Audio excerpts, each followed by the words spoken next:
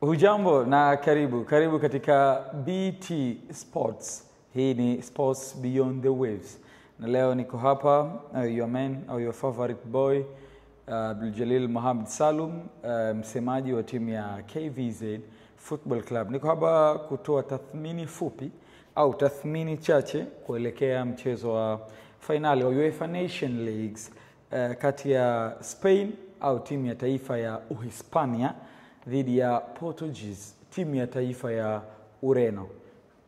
Karibuni. Asante sana kwa kuwepo hapa. So nitaanza na swali la kwanza lisemalo, timu zote mbili zimekuwa na mwenendo gani kwenye mashindano haya? Of course kwenye kujua mwenendo lazima tutambue au tuangalie ni mara ngapi timu hizi zimekutana head to head. Yani tunakusudia kwenye mpira tulisema head to head ni zile mechi huyu Spain versus Portuguese wamekutana mara ngapi? Zimekutana mara 40 na mara 17 timu ya taifa ya Uhispania au Spain imefanikiwa kushinda, lakini mara 6 tu au mara 6 pekee timu ya taifa ya Ureno au Portuguese ndio imefanikiwa kushinda, na mara 17 timu hizi zimekwenda sare. Hapa hii ni tathmini ya kwenye mashindano yote, ikiwa Euro qualification, ikiwa World Cup qualification, World Cup yenyewe, Euro, friend match, pamoja na hii UEFA Nation. Haya mashindano mapya ambayo yameanzishwa na Ulaya, shirikisho la soka barani Ulaya UEFA, ambayo yana takriban miaka 8 hadi hivi sasa toka kuanzishwa kwake pale mwaka 2018. Kwa hiyo tukiangalia mwenendo hapo tunakwenda kuona ni mchezo wa namna gani, lakini so far kwenye competition hii ya UEFA Nation Leagues kwa msimu huu wa 25 timu hizi ilikuwa na performance bora since zilivyoanza hadi kufika hapa katika mchezo wa finali. Kila mmoja alijitahidi kuonesha uwezo wake, na kama tunavyofahamu ni ukweli usiopingika, timu hizi mbili ndizo timu ambazo zina vizazi vya dhahabu kutokea kuanzishwa kwao au kutokea kuanzisha na kwa mataifa yao. Maybe Spain ilipita ile klasi ya kina Xavi, Iniesta, Alonso, Busquets na wengine, lakini hichi kizazi cha kina Pedri na Lamine Yamal, it is so marvelous kwenye football, tunasema hivyo. Kwa hiyo ni kizazi bora. Kwa hiyo hizi timu zote mbili za taifa zina vizazi bora, na tunakwenda kupima kumeasure safari zao. Spain tunaweza kusema ilikuwa na safari bora, imefanikiwa kushinda michezo yake yote since ilivyoanza kwenye hatua ile ya group stage hadi kufika huku kwenye nini, michezo michache wametoka sare. Hapa nimesema kwamba wameshinda michezo yake yote, na nimekusudia kufanya vizuri. Hakuna mchezo waliopoteza tofauti na wapinzani wao. Kuna baadhi ya michezo, mfano mzuri mchezo wa robo finali walipata kazi kubwa sana dhidi ya timu ya taifa ya Denmark, hadi CR7 pamoja na vijana wale ambao wanacheza nao walitumia nguvu ya ziada hadi wao kufuzu kwenda kwenye semi final ambayo walimtoa timu ya taifa ya Ujerumani na kuingia finali. Kwa hiyo leo timu zote mbili hizi zina nafasi ya kufanya vizuri, lakini hiyo ndiyo tathmini fupi ya mwenendo wa mataifa haya yote mawili since yalivyoanza safari hii ya kwenye UEFA Nation League mwanzoni kabisa hadi kufikia hapa katika mchezo wa finali. Na ni wachezaji gani kutoka pande zote mbili watakuwa wa kuchungwa zaidi katika mchezo wa leo? Of course wapo wengi, lakini kwenye darasa kunapokuwa kuna wanafunzi wengi wanaofanya vizuri, lazima wawepo wachache zaidi ambao wao ndio wanakuwa kama talisman kwenye mpira au vinara. Tunaweza kusema huyu ni mshambuliaji kinara wa timu fulani. Kwa hiyo the same, tukianza na timu ya taifa ya Ureno, Portuguese, yupo mwenyewe pale mzee wetu CR7, generation zimemkumba, amecheza toka Euro 2004 hadi hii leo bado yupo na kikosi hichi cha taifa ya Ureno. Since akiwa teenagers, lakini sasa hivi amekuwa ni elders, mtu mzima, yeye ndo anawaongoza wale vijana. Yeye lakini ile trio ya midfield ya Ureno. Nafikiri hapo ndio sehemu ambayo leo itawapa watu wengi sana burudani ya kabumbu.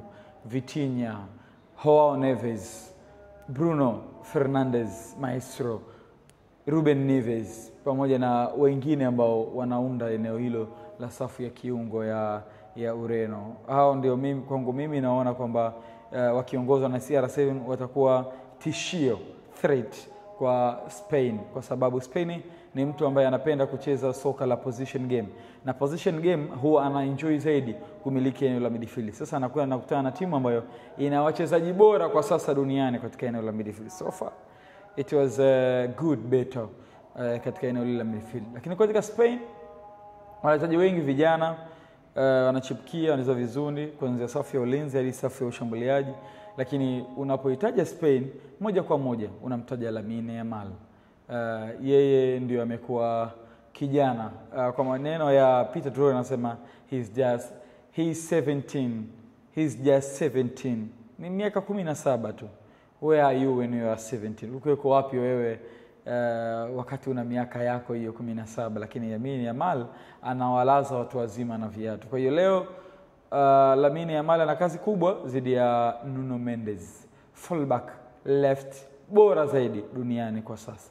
Lakini vile vile mtu mwingine wa kuchungwa ni Pedri Gonzalez, eneo la midfield, ambalo eneo hilo yupo Martin Zubimendi pamoja na Fabian Ruiz kutokea pale Paris. Kwa hiyo wachezaji hawa kwangu mimi naweza kusema ni wa kuchungwa zaidi kutoka pande zote mbili. Hapa sasa kwenye Talisman tunakwenda kuweka CR7 mwenyewe, Cristiano Ronaldo kwa Ureno, lakini Lamine Yamal kwa Spain ndio wachezaji hatari zaidi wa kuchungwa kwenye mchezo huu. Sawa sawa. Na ni mabadiliko gani ya hivi karibuni katika vikosi vya timu hizi? Yeah, of course kumekuwa kuna mabadiliko kwa timu zote mbili. Mwalimu Roberto Martinez wa Ureno amekuwa anafanya sana rotation. Hata mchezo wa nusu finali tuliona mtu kama Vitinha alianzia sub, mtu kama Joao Neves alianzia kama fullback ya kulia. Kwa hiyo amekuwa anafanya mabadiliko walimu kulingana na muktadha wa mchezo husika. The same kwa Spain, na wamekuwa wanafanya mabadiliko ya mara kwa mara. Maybe kwenye Euro hapo Alvaro Morata na Hodha alikuwa anaanza kwenye kikosi, lakini katika michezo hiyo kurudi Ozabal ndio amekuwa anaanza katika eneo lile. Na Ozabal tukumbuke kwamba ni false number 9, sio mshambuliaji asili. Kwa hiyo haya ni mabadiliko machache amekuwa akiyafanya. Merino amecheza mchezo wa semi-final zidi ya French na alikuwa na performance nzuri, si haba, kwa sababu amefanikiwa hadi kufunga. Kwa hiyo walimu wamekuwa wanafanya mabadiliko machache, lakini naamini kwenye mchezo huu wa finali kila mwalimu atakuja na full squad yake kuhakikisha kwamba anafanya vizuri ili aweze kutetea. Na uzuri zaidi, huu mchezo unakwenda kukutanisha timu ambazo zote zishawahi kubeba hii UEFA Nation. Mmoja ni analimiliki lile kombe ambaye ni Spain, ndio bingwa mtetezi, lakini Ureno yeye ameshawahi kulibeba kombe hili 2021. Sawa sawa. Una muongeleaje Lamine Yamal katika mchezo wa leo? Mchezaji kijana mwenye shauku ya kufanya makubwa. Of course naungana na CR7 kwenye ile interview ya post match kwamba tumwache mtoto acheze mpira, tusimtie sana maneno wala asithubutu mtu kumfananisha Lamine Yamal na CR7 au akataka kumshindanisha. CR7 amefanya makubwa sana kwenye football hii, amefanya vitu vingi sana. UEFA Champions League 5, ya 6 ndio ile aliyochukua na Manchester United 2008. Amechukua Euro ambayo maybe Lamine Yamal mwenyewe amechukua, amefanya vizuri, ana Ballon d'Or za kutosha. Kwa hiyo Lamine Yamal naye ana room ya kuimprove. Kwa hiyo leo ni siku yake ya kudhihirisha ule ubora wake. Unajua unapohitaji kuwa bora, unatakiwa ushindanishwe na wale bora na ufanye vitu kuliko wale ambao walikuwa bora wao wamevifanya. Kwenye miaka 17 maybe Lionel Messi pamoja na CR7 hawakuwa kwenye ubora huu, maybe unaweza kusema hivyo. Lakini kwangu mimi naweza kusema kwamba zamani watu walikuwa talanta zilikuwa nyingi tofauti na sasa hivi. Talanta zimepungua sana. Na ndio maana unakuta Lamine Yamal kwenye miaka 17 anatamba vilivyo. At that era miaka 17 huwezi ukatamba kiasi hicho. Watu watakwambia kwamba una uwezo, lakini muda wako unaambiwa usubiri. Kwa hiyo Lamine Yamal ana nafasi hiyo ya kudhihirisha ubora wake ili aingie kwenye record zile. Baada ya Messi na Ronaldo kwenye generation yake, yeye ndio ambaye yuko bora. Kwa hiyo ana nafasi hiyo kwenye usiku huu wa leo. Okay, sasa tukirudi kwa vijana wazee wa kubashiri. Yeah. Bana, wewe una maoni gani kwenye mtu ambaye anaandaa mkeka wake kwamba leo ampe timu gani au option gani wewe unaona leo itakuwa sawa sana, yani kutoa, itakuwa na uhakika wa kutoa? Timu zote mbili zinafanana uwiano kwenye safu za ulinzi za ulinzi kiungo pamoja na ushambuliaji. Spain anaonekana kuruhusu magoli. Tumeona mchezo ya French alifunga magoli lakini akaruhusu. Hata Portugal naye aliruhusu. Kwa hiyo mimi nakwenda kuitoa asilimia 60 kwa 40. Nakwenda kumpa Spain asilimia 60 za kuwini mchezo. Lakini na Portugal nakwenda kumpa asilimia 40 za kuwini hii match. Na moja kwa moja naweza kusema kwa tutashuhudia magoli yakiingia katika pande zote mbili kwenye mchezo huu wa leo. Kwa hiyo ni GG kwa hata yeah. Obviously itaenda kuwa hivyo. Lakini kwenye in terms ya kushinda, Spain nampa asilimia 60 na Ureno, Portugal nampa asilimia 40 ya kuwini match ya leo. Sawa, basi tuwatakie kila laheri. Unaweza ukaaga watazamaji wetu.